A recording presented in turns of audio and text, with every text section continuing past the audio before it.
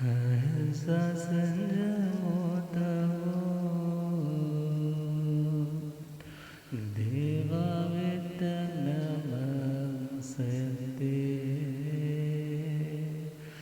जस धमे स्वया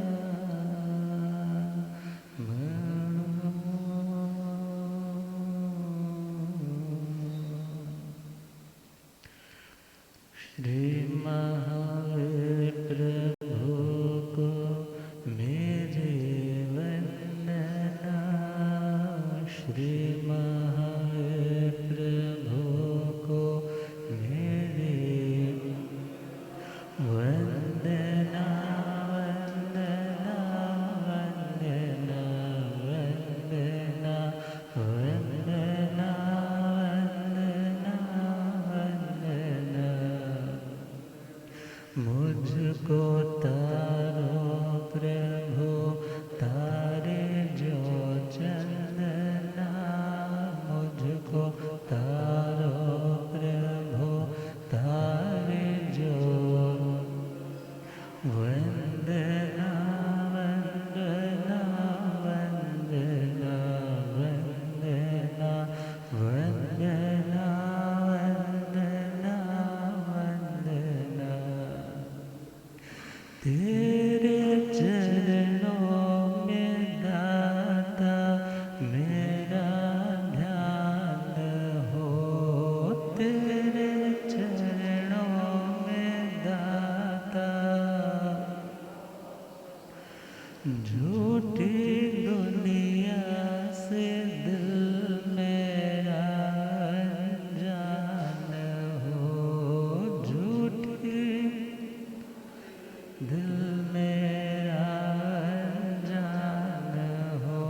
चाहे सुख में रहो चाहे दुख में रहो। चाहे सुख में रहो चाहे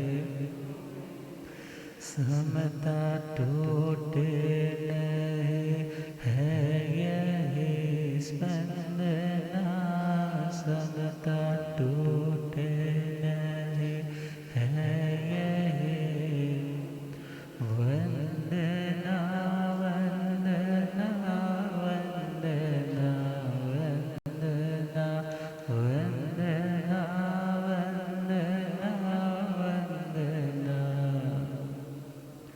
अनंत अनंत शांति के निकेतन शासनपति श्रमण भगवान महावीर स्वामी के पावन चरण अरविंदों में हार्दिक भावना वंदन।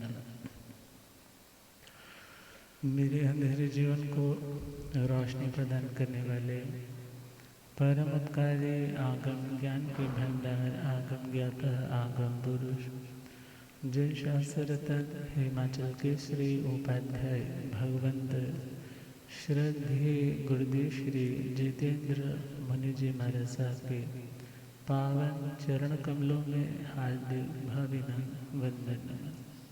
पाठ पर विराजमान तपस्विरत श्री प्रभा मुनि जी महाराज साहब के चरणों में वंदन। धर्म सभा में उपस्थित धर्मानुरागियों, सुशीलवती माताओं एवं बहनों, असीम पुण्योदय से भाग्योदय से आप सबको संतों का समागम और वीतरागवाणी श्रवण करने का शुभ अवसर प्राप्त हो रहा है।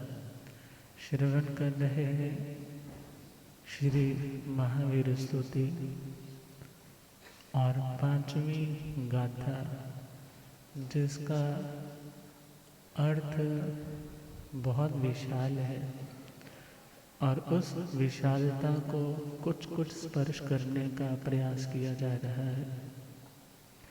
तो उच्चारण कर ले। शेषवदन से अभिभूय नाणे। शेषवदन से अभिभूय नाणे। निराम गंधे ध्यमंथियपा। निराम गंधे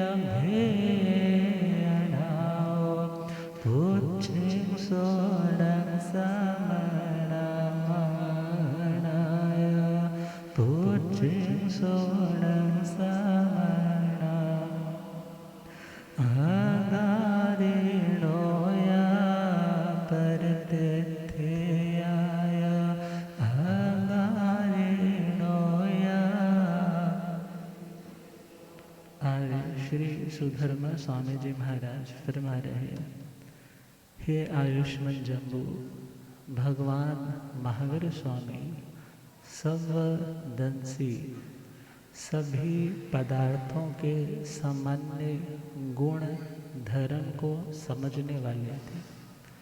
अभी भूय नाणी भगवान ने 4 क्षायोपशमिक उपलब्धियों से पैदा होने वाले मति ज्ञान, श्रुत ज्ञान, अवधि ज्ञान, मना पर्यव ज्ञान, इनको पराजित करके केवल ज्ञान को प्राप्त किया था।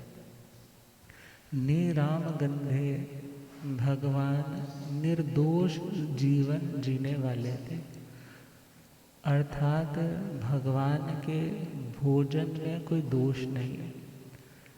एक दोष कि वह किसी भी तरह से अभक्ष्य नहीं, पहला पॉइंट। दूसरा पॉइंट, उसे बनाने में भी भगवान का कोई निमित्त नहीं, और भगवान उस भोजन के प्रति भी निरासक्त रहने वाले, भले वो निर्दोष भी क्यों ना हो।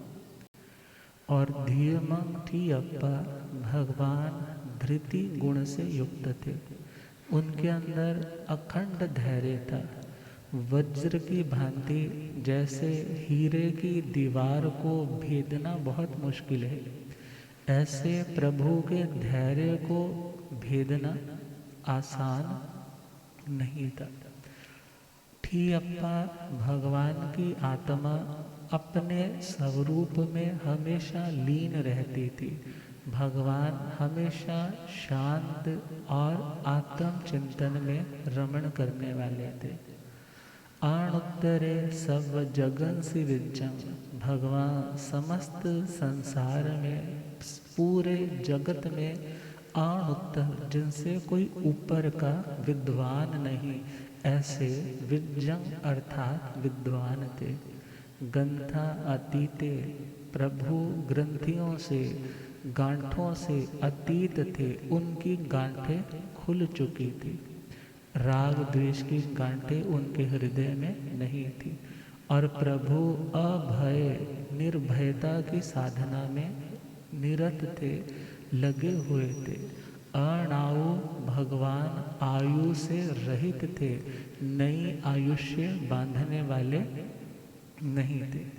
तो हम अभी तक श्रवण कर रहे हैं तीसरा पॉइंट निराम गंधे, चौथा पॉइंट धियमन, और पांचवा ठीयप्पा स्थित आत्मा। भक्ति जो सूत्र के 15वें शतक के अकॉर्डिंगली हम श्रवण कर रहे हैं प्रभु महावीर स्वामी की जिंदगी की वो ऐतिहासिक घटना, जब उनके ही एक को शिष्य के द्वारा भगवान के ऊपर अटैक किया जाता है, मगर भगवान की साधना, उनका पुण्य ऐसा कि उनके ऊपर वो मरणांतिक कष्ट, उन्हें मृत्यु तो नहीं दे पाया, मगर हाँ असह्य वेदना जो 6 महीने के बाद पैदा होगी उसका कारण जरूर बन गई।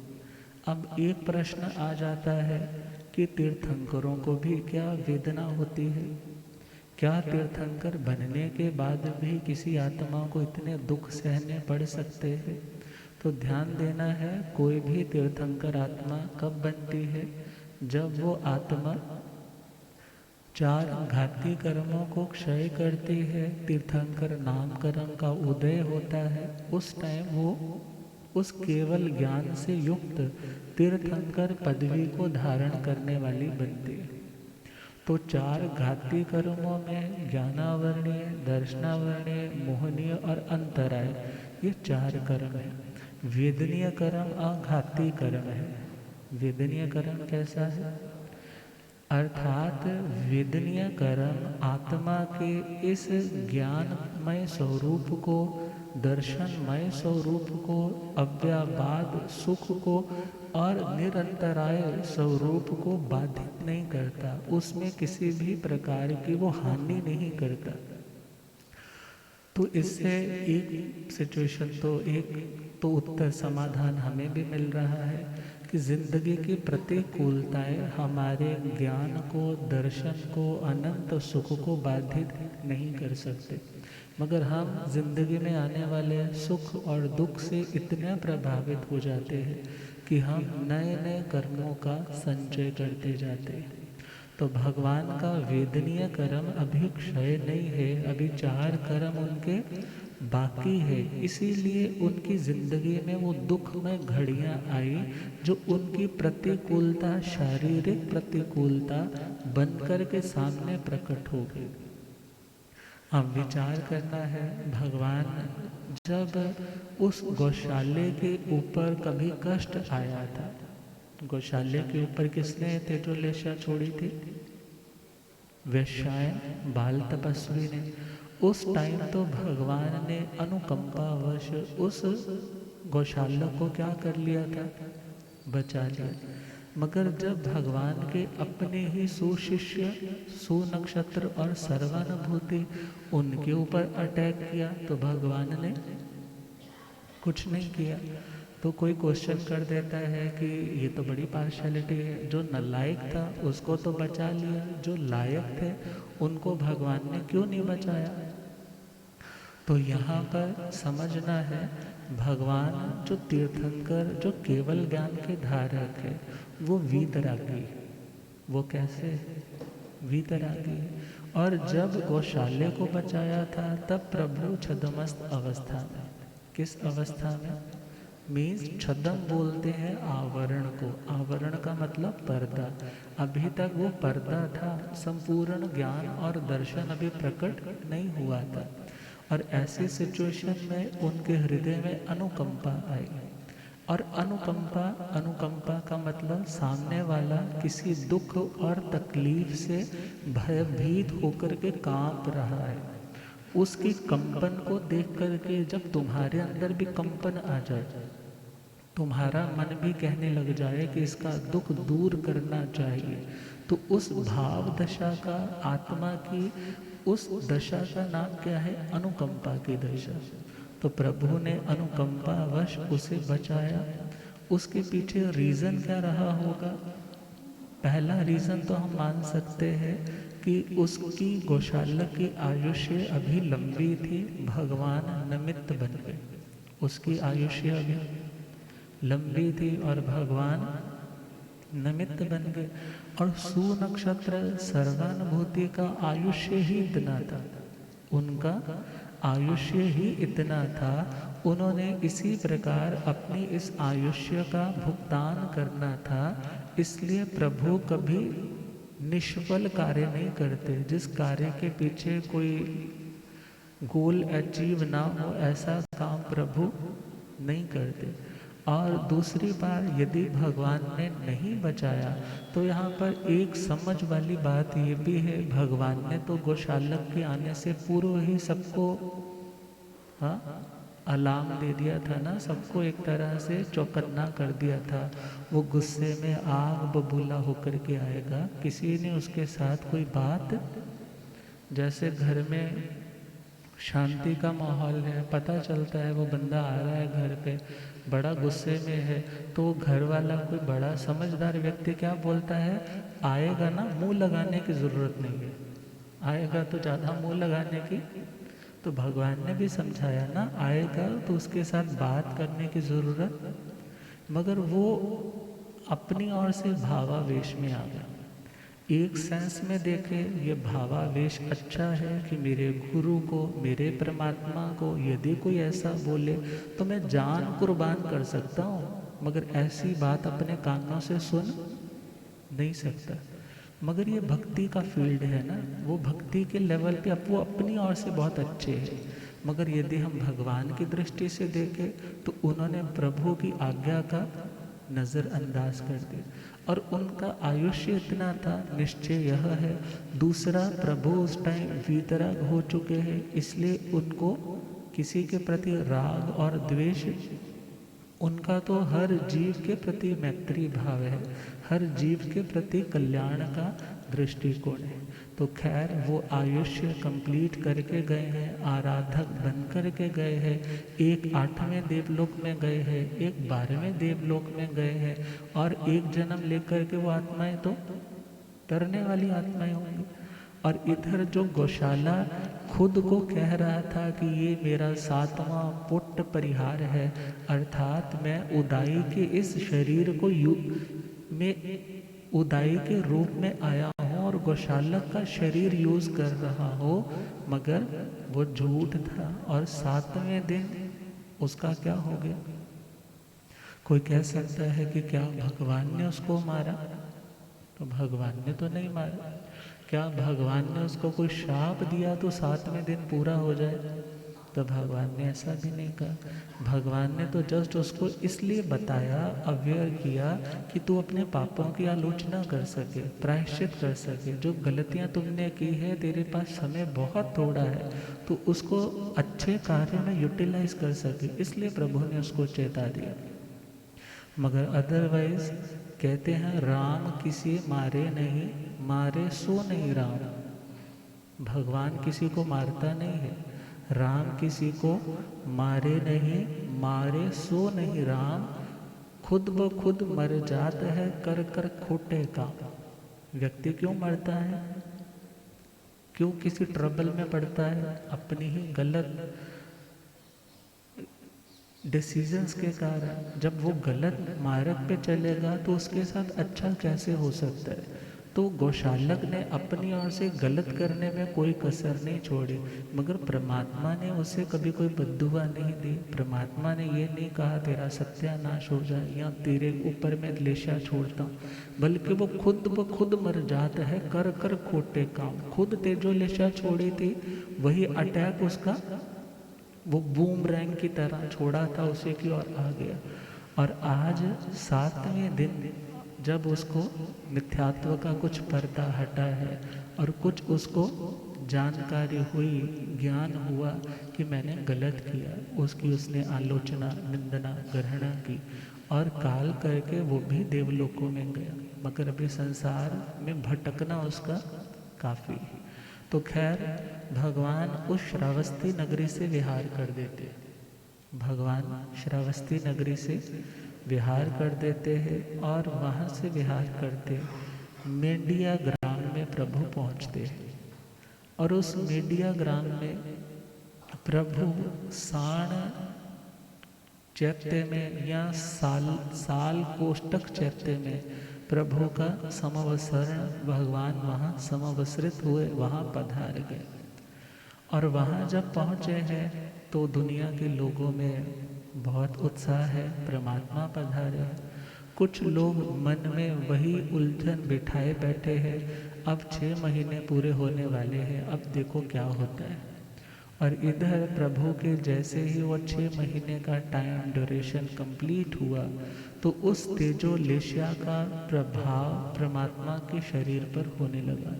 भगवान को असह्य वेदना, ज्वलंत वेदना, उग्र वेदना, शरीर में पित्त ज्वर बढ़ने लग पड़ा, दाह, शरीर जलने लग पड़ा। और जब शरीर जलने लग पड़ा तो जब गर्मी इतनी हो, एक्सेस में हो, रौद्र पित्त हो जाए, तो उस कंडीशन में जो दस्त है वो भी खून के आने लग पड़े।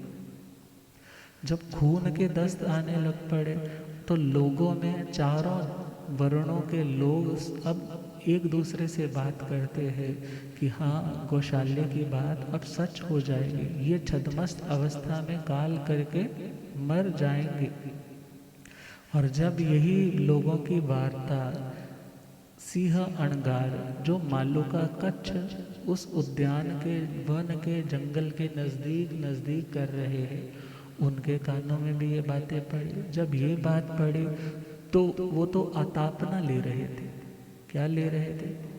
दोनों बाजू ऊपर करके सूर्य की ओर मुख करके उसकी हीट को समता से सह रहे थे और अपनी क्षमता को बढ़ा रहे थे। और जैसे ही वो ध्यान आंतरिका में गए, ध्यान में अभी तक तो लगे हुए थे, जब एक ध्यान से दूसरे ध्यान में जाना है उसके बीच में उनका चिंतन चल पड़ा। क्या चिंतन चल पड़ा। यदि भगवान अब इन 6 महीनों के बाद यदि काल कर गए तो दुनिया के लोग क्या कहेंगे कि ये तो छद्मस्त अवस्था में काल कर गए। मैं तो जानता हूँ कि मेरे भगवान को केवल ज्ञान हो चुका है, मगर दुनिया के लोग क्या सोचेंगे। उसने बोला था कि छद्मस्त अवस्था में मरेंगे तो ये ना हो भगवान काल कर जाए। और एकदम मन भर गया और मालूका कच्छ उस वन उद्यान के अंदर आकर के जोर जोर से रोने लग पड़े, जैसे बच्चे विलाप करते हैं कि मेरे परमात्मा को कुछ हो ना जाए।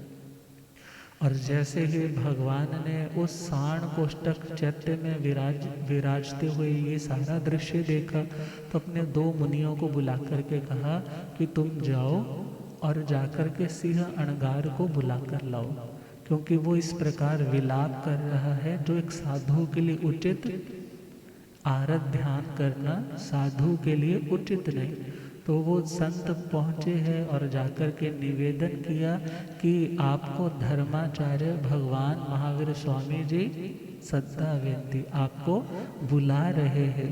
जैसे पहुँचे त्रिविध वंदना की, दाहिनी ओर से प्रदक्षिणा लेकर के प्रभु को पंचांग नमन किया और भगवान कहने लगे कि क्या सिंह अणगार आपके मन में ध्यानांतरिका में जब प्रविष्ट थे, बेले बेले आप तपस्या कर रहे हो, फिर भी आपने जब ये सोचा कि कहीं प्रभु छद्मस्त अवस्था में काल ना कर जाएं, लोग क्या सोचेंगे, तो आप विलाप करने लग पड़े।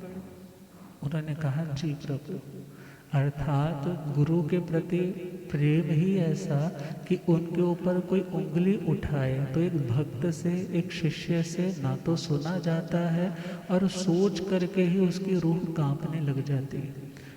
तो भगवान ने कहा ऐसा नहीं है, मैं अभी 15.5 वर्ष तक, कितने वर्ष तक, क्योंकि वो 6 महीने तो पहले वाले हो गए, 15.5 वर्ष तक केवली पर्याय में गंध हस्ती की तरह विचरण करूँगा।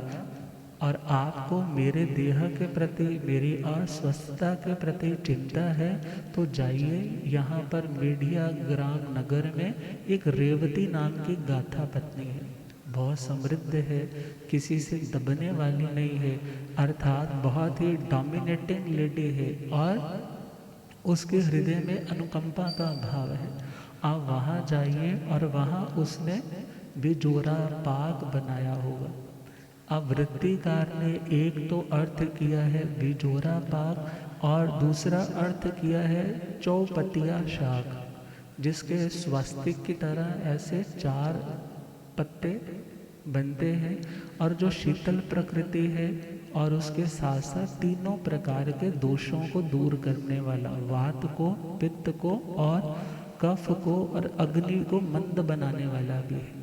अर्थात जब अग्नि बढ़ जाती है भीतर की, जिसको हम जठर अग्नि बोलते हैं, जब बहुत ज़्यादा उद्दीप्त होते हैं तो उसी टाइम जलन होती, हार्ट बर्निंग की प्रॉब्लम्स आने लग जाती। फिर उसको शांत करने के लिए कोई बोलता है कच्चा दूध पी लो, ठंडा फ्रीज़र से दूध निकाल करके कुट कुट करके पी लो, है ऐसे बोलते। अब भगवान के पास तो भगवान जानते थे ये प्रॉब्लम ठीक कैसे हो, तो भगवान ने कहा कि हे सिंह, आप घबराओ मत, आप चिंता ना करो, आपको मेरे प्रति इतना अनुराग है तो जाकर के आप मेरे लिए क्या लेकर आए, वो बिजोरा पाक या वो चौपतिया जो शाक है, साग है, उसको लेकर के आओ। और भगवान को उन्होंने वंदन किया, नमन किया, जहाँ पात्रे थे पात्रों की प्रतिलेखना की, उनको साफ किया, अपनी मुख पत्ती की प्रतिलेखना की और फिर पुनः भगवान के पास झोली में पात्र डाल कर के आए, आज्ञा लेकर के वहाँ पर उस श्राविका के बोलो, उस गाथा पत्नी के बोलो, वो वहाँ पर पहुँच गए। अब उसने तो 2 तरह का शाक बनाया है, भगवान ने तो जाने से पहले अवेयर कर दिया है कि उसने एक तो मेरे लिए बनाया है और एक उसके पास बासी कल का बना हुआ पड़ा है, तो जो उसने मेरे निमित्त से बनाया है वो लेकर के नहीं आना, और जो उसने अपने लिए बनाया था और है वो प्रासुक है, ईर्षणीय है और उसके गुण धर्म विकृत नहीं हुए हैं, और वो आपने उसे ले आना।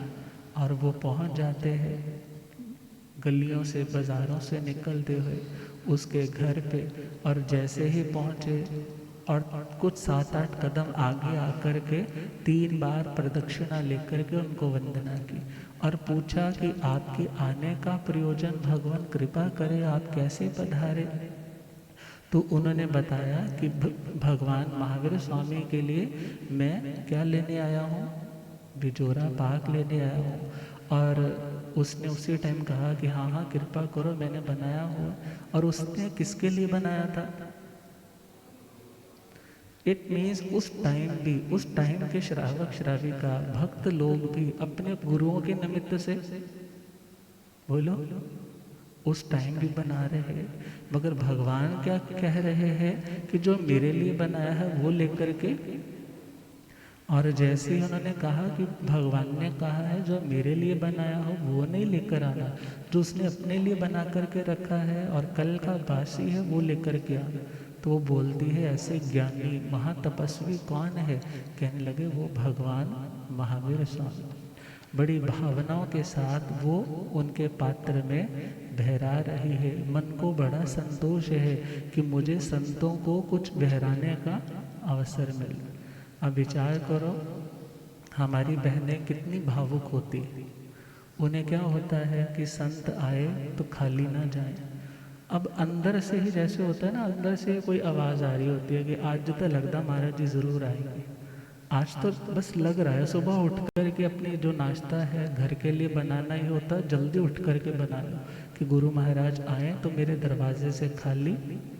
और यदि सपोज धूप बहुत निकली हुई है, हाँ, सड़कें तप रही है, तो वो दरवाजे पे बैठ कर के भी क्या देखते हैं कि हे प्रभु बादल आ जाए, कुछ ठंडक हो जाए, संत गोचरी पे निकले होंगे, मेरे घर भी फरस ले, मेरे को लगता है वो आएंगे।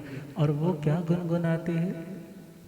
रब्बा कर बदला दिया छावा, लगदा है कुरान औड़ा। रब्बा कर बदला दिया छावा, लगदा है कुरान औड़ा। नंगे नंगे पैरे मेरे गुरा जी ने ओढ़ा है, नंगे नंगे पैरे मेरे गुरा जी ने। अपनी संगता नो दर्श दिखोड़ा है, अपनी संगता नो दर्श दिख। उन बूहा खोल के ते तक निया रावा, लगदा है गुरा ने ओढ़ा। ओ बूहा खोल के ते तक निया रावा, लगदा है। ओ रब्बा कर बदला दिया छावा, लगदा है गुरा ने। खाली जांदे मोड़े ओ दो दिल बड़ा दुखदा, खाली जांदे मोड़े ओ दो दिल बड़ा। कृपा जे होवे पूरी सावे सुखदा, कृपा जे होवे पूरी सावे। उन्हीं में भावना सदा ही भावा, लगदा है गोरा ने ओढ़ा। उन्हीं में भावना सदा ही भावा, अपना पराया नहीं हो कोई हो ना वास्ते, अपना पराया नहीं हो कोई हो ना। दुनिया दी माया तो वक है जी रास्ते, दुनिया दी माया तो वक है जी। उन्हीं में सूझता आहार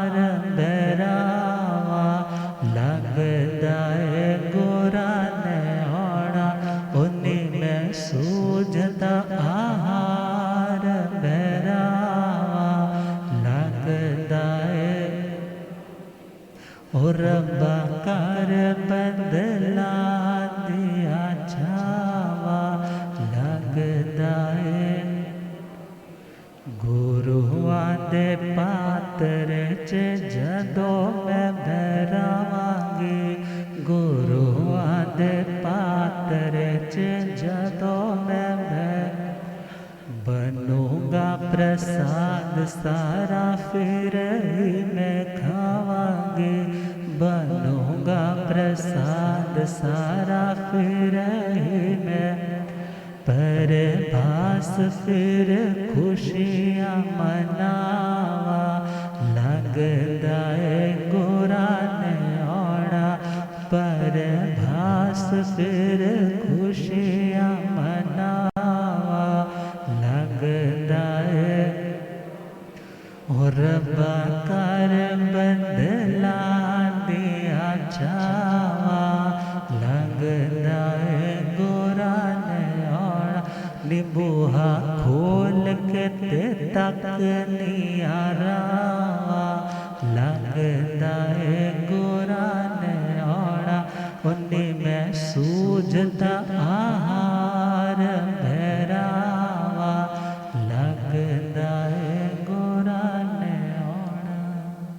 और वो रेवती भी तो मन में तो होता होगा ना कि भगवान आए हैं, उनकी तबीयत ठीक नहीं है, उनको ये चीज़ ज़्यादा साता पहुंचाएगी। मगर भगवान तो निराम गंध है। निराम गंध है मतलब किसी भी तरह का आम अर्थात जो कच्चा है, जो ईषणीय नहीं है, उसकी हल्की भी गंध आती है तो वैसा भोजन ग्रहण नहीं करते। मगर अब जब हम कभी शास्त्रों में देखते हैं, शास्त्र में एक जगह पर तो आता है, यदि कोई सदोष आहार साधु साध्वी जी को बहराता है, पहला पॉइंट आता है अनिषणीय आहार देने वाला अल्प आयुष्य बांधता है। कैसी आयुष्य? अब अल्प आयुष्य वाले जब बात आती है तो सामने वाला सोचता है सेवा भी करो और बाद में अपनी उम्र भी घटाओ। तो यहाँ पर विचारना है, 3 पॉइंट दिए हैं आयुष्य कम होने के।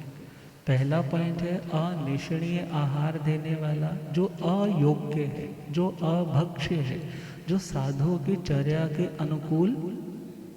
अब नागेश्वरी ब्राह्मणी ने भी बहराया था, मगर क्या बहराया था? जो जहर सरीखा था, जिसको खाने के बाद एक महामुनिराज की हिंसा हो गई। अब विचार करना है, एक अर्थ तो यह है अयोग्य आहार बहराने वाला अपने आयुष्य को कम करता है, मगर कम कितना को कम करता है? यदि पल्योपम है तो उसमें से 100 साल 1000 साल कम। ये नहीं है कि पल्योपम से सीधा 1000 साल आ जाए, क्योंकि 1000 साल की तो आयुष्य वैसे देवलोक की 10,000 कम से कम है। दूसरा पॉइंट है झूठ बोलना। क्या बोलना? अब जो बार बार झूठ बोलता है, सपोज गोचरी देने टाइम पे झूठ बोल रहा है, फिर भी कौन सी आयुष्य बंधेगी? बोलो, कौन सी आयुष्य बंधेगी? अल्प आयुष्य। अब देना है या तो बिल्कुल सच हो करके दो, और यदि झूठ बोल करके भी देना है और ये भी कहना है कि हम बिल्कुल पूरी चर्या के अकॉर्डिंग दे रहे हैं, तो वो गलत है। तीसरा पॉइंट है जो जीवों की बहुत हिंसा करता है, महाहिंसा करने वाला भी अपनी आयुष्य थोड़ी बांधता है। अब ये पॉइंट जब आते हैं ना तो दिमाग में कुछ खटकन से होने लग जाती है, ऐसा भी होता है। और जब हम अगला सूत्र उठाते हैं, ये तो ठाणक जी के तीसरे ठाणे की बात है, जब हम भगवती जी सूत्र के 8वें शतक का छठा उद्देश्य उठाते हैं तो वहाँ पर बहु निर्जरा और अल्प पाप, बहु निर्जरा और अल्प पाप, इसके बारे में भी वर्णन आता है कि यदि कोई व्यक्ति साधु संयत मुनिराज को अप्रासुक, जो पूरी तरह से फासु, अनिषणीय, जो साधु के चर्या के अकॉर्डिंगली उसके लिए योग्य नहीं है, ऐसा आहार यदि कोई बहराता है तो वहाँ पर कहा वो व्यक्ति बहु निर्जरा। बहु निर्जरा का मतलब कर्म बहुत सारे काटता है। अल्प बंध मीन्स बनाने में जो जो दोष लगा है उसका अल्प पाप का बंध होता है। निर्जरा बहुत ज़्यादा और पाप का बंधन बहुत थोड़ा। अब इस बात को सुनने के बाद ये धारणा नहीं बना लेने कि सदोष आहार बहराना बिल्कुल ठीक है, बल्कि हाँ इतना ज़रूर ठीक है यदि कोई बहराता भी है तो ध्यान देना है अल्प पाप और बोलो बहु निर्जरा। और उसी के साथ साथ कुछ कंडीशंस के ऊपर अभेदे सूरी आचार्य देव ने वृत्ति लिखी है भगवती सूत्र पे, उसकी एक और कमेंट्री लिखी। उन्होंने कहा कि किसी स्थान पे तो साधु के लिए बिल्कुल मना कर दिया और यहाँ पर कह दिया यदि लेता है सामने वाला देता है। भगवती जी सूत्र में आता है यदि लेता है और उस कृत्य की वो आलोचना प्रतिक्रमण नहीं करता तो विराधक होता है, और यदि ऐसा लिया है उसकी आलोचना और प्रतिक्रमण कर लेता है तो वो आराधक होता है, सिंपल।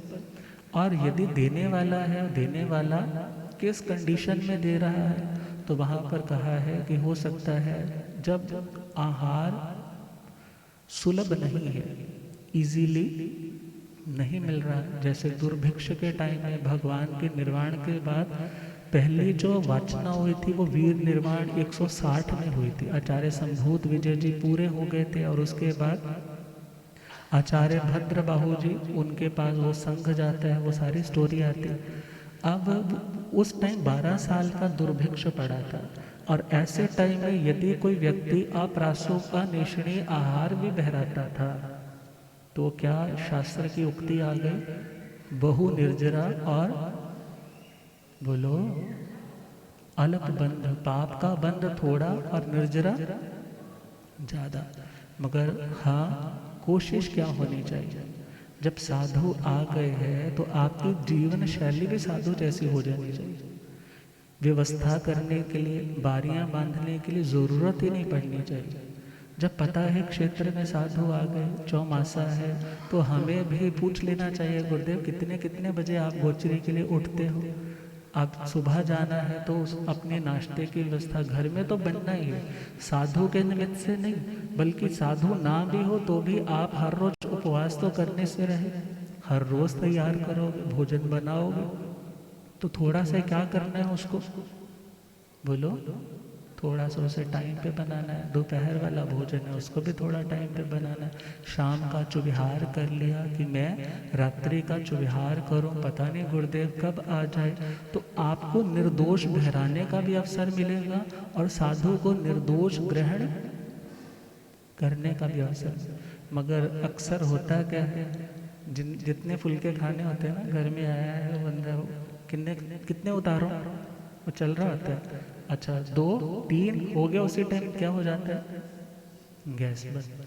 और यदि कोई रोटी पड़ी होगी ना वो सुबह की बहुत ठंडी सी, जिसको ऐसे करो तो वो टूटे भी नहीं ढंग से। ऐसी तो देने वाला भी क्या सोचता है, जब हम नहीं ऐसी खाते तो अपने गुरुओं को ऐसी रोटी कहाँ से बहरा दे। अर्थात साधु साध्वी जी की गोचरी का ध्यान रखने का काम तो श्रावक श्राविका का। और साधु यदि डिमांडिंग है मुझे ये खाना है, मुझे वो खाना है, मुझे वो लेकर, तो वो तो बिल्कुल दोष है। हाँ वो अस्वस्थ है, आप उनकी केयर कर रहे हो, आप अम्मा पियरो हो, माता पिता की तरह शासन की सेवा करने वाले मुनि साध्वियों की सेवा का ध्यान रखने का भी आपका ही जिम्मेदारी है। मगर उनकी साधना में दोष ना लगे, इन बातों का ध्यान रखना भी आपकी जिम्मेदारी। मगर हाँ कभी कभी ऐसे कन्फ्लिक्ट्स समाज में उड़ा दिए जाते हैं, ऐसे भोजन बहराओगे तो गर्भ में काल कर जाओगे, गर्भ में तुम्हारे बच्चे मर जाएंगे, तो ऐसी जो जानकारियाँ पब्लिसिटी में डाली जाती हैं वो बिल्कुल निराधार है, गलत है। तो आप गोचरी बहराते हो, कभी सपोज आपके मन में आता है पता नहीं मिली होगी नहीं मिली होगी, मैंने ऐसा ऐसा बना दिया, मैंने बहरा दिया, क्या मेरे साथ ऐसा होगा, तो वो ध्यान रखना भगवती जी सूत्र का, अल्प पाप और बहु निर्दोष। मगर जो बिल्कुल निर्दोष मार्ग है वो खरे सोने की तरह है। वो कैसा है, खरे सोने की तरह आप अपनी चर्या को उस चर्या के अकॉर्डिंगली अलाइन कर लो कि साधु को भी दोष ना लगे और बहराने वाले को भी कोई दोष ना लगे। तो वो तो भगवान थे ना, उन्होंने तो इसी जन्म में क्या कर जाना था, मोक्ष में चले जाना था। तो उनके लिए क्या विशेषण दिया आर्य सुधर्मा स्वामी जी ने, निराम गंधे। वो कभी भी आहार पाने का दोष नहीं लगाते थे। भले वो रेवती श्राविका दे रही है जो भगवान के लिए बनाया, मगर उन्होंने क्या कहा, भगवान ने मना बोला है, जो मेरे लिए बनाया है वो लेकर के मत आना, जो बासी पड़ा है वो लेकर के। और वो लेकर के आते हैं, 5 दिव्य वहाँ प्रकट होते हैं, अहो दानम की देव दुंदुबियाँ बजती है। और प्रभु के श्री चरणों में पहुँच करके प्रभु के अछिद्र पाणी, जिनके हाथों में कोई छिद्र अर्थात कोई डाली हुई चीज़ लीक नहीं करती, ऐसे प्रभु के हाथों में वो आहार उन्होंने बहराया, प्रभु ने ग्रहण किया और प्रभु का वो रोग शांत हुआ। और दुनिया के लोगों के जो अभी तक कन्फ्यूज़न चल रही थी कि पता नहीं अब 6 महीने हो गए, अब तो ख़त्म हो जाएंगे, मगर प्रभु उसके बाद भी 15.5 वर्ष गंध हस्ती की तरह केवली पर्याय में विचरण करते रहे। तो वैसे थे भगवान महावीर। वीर प्रभु भगवान को कैसे जाने, वीर प्रभु भगवान को उन जैसा बनने के मन में भी ठाने हो, वीर प्रभु भगवान को कैसे उन जैसा बनने के मन में। आर्य सुधर्मा जी से पूछे श्री जम्बो, आर्य सुधर्मा जी से पूछे, कृपा करो स्वरूप प्रभु का हम जाने, वीर प्रभु भगवान को उन जैसा बनने के मन में। तो भगवान धीयमं ठीयप्पा, भगवान में धृति धैर्य बहुत था। आर्य सुधर्मा स्वामी जी क्या कह रहे हैं, भगवान में जल्दबाजी वाला कोई काम नहीं था। जिसको बोलते हैं ना जल्दबाज व्यक्ति, क्या हेस्ट मेक्स वेस्ट, फाहा वड्ड काम को बिल्कुल खराब कर देना। भगवान कभी किसी सिचुएशन में अधीर नहीं होते थे, व्याकुल नहीं होते थे। अर्थात प्रभु में वेट एंड वॉच का बहुत बड़ा गुण था, वेट एंड वॉच का बहुत बड़ा गुण था। भगवान जिंदगी में आने वाले हर सिचुएशन को देखने वाले थे और वो जानते थे आज जिंदगी में कुछ भी आया है, मैंने इनवाइट किया था सो आया है, इसके जाने की इंतज़ार करनी है, इसको धकेलने की मुझे धकेलने की ज़रूरत नहीं। और कहा जाता है धीरज धर्म मित्र और नारी आपदकाल परखिए जारी। धैर्य की परीक्षा कब होती है, जब जिंदगी में विपत्ति आती है, प्रतिकूलता आती है। तो भगवान ने जिंदगी में कितनी भी प्रतिकूलता क्यों ना आए, अपनी मर्यादा को कभी तोड़ा, अपनी मर्यादा को कभी नहीं तोड़ा। दुनिया के साधारण साधु साध्वी के लिए उत्सर्ग और अपवाद हो सकते हैं कि ये उत्सर्ग मार्ग है, ये अपवाद एमरजेंसी डोर है कि कभी कोई ऐसी प्रॉब्लम हो तो विंडो को तोड़ो और बाहर आ जाओ। मगर भगवान ने कभी अपवाद का सेवन ही नहीं किया। अर्थात भगवान का धैर्य गजब का था, भगवान के भीतर स्थिरता गजब की थी। और कहा जाता है दुनिया के काम भोग मतलब सुंदर सुंदर शब्द सुनने को मिले, देखने को मिले, सूंघने को मिले, चखने को मिले, स्पर्श करने को मिले। जब ऐसी चीज़ें किसी को मिली हो तो इन पदार्थों का त्याग कौन कर सकता है, इन पदार्थों का त्याग कौन कर सकता है। कहा दू परचिया इमे कामा न सूजहा नो सूजहा अधीर पुरुषे। दुनिया के इन अलोरमेंट्स का, कंफर्ट जोन का, लग्जरी का, सुख साधनों का त्याग वही कर सकता है जो धैर्यशाली है। जो अधीर है वो व्यक्ति इन पदार्थों का त्याग, तो भगवान के पास तो बहुत साधन थे। इवन जब दीक्षा भी होगी तो देवता उनकी शरण में रहना चाहते थे, मगर भगवान ने उसको भी इनकार। गुरुदेव पधारे। हो रब मेरा सतगुरु बन के आया,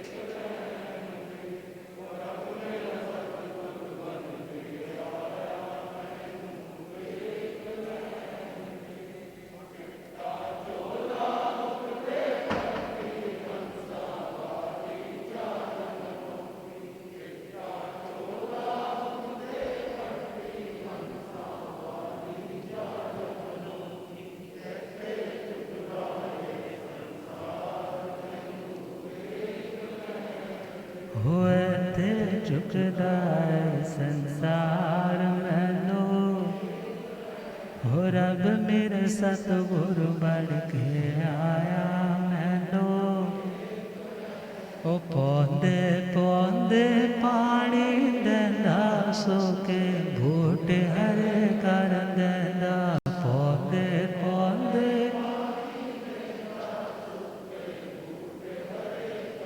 ओ केड़ा माली बन के आया मैनू वेख लैण दे।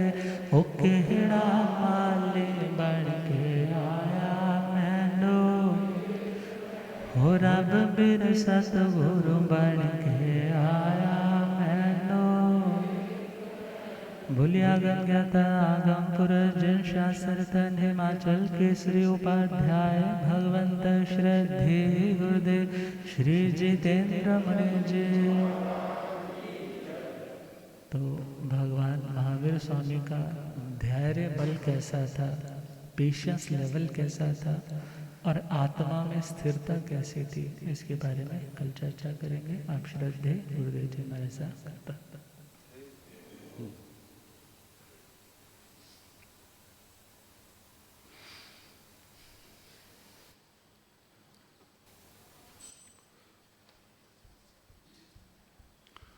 जीर्ण वैण अनुरक्ता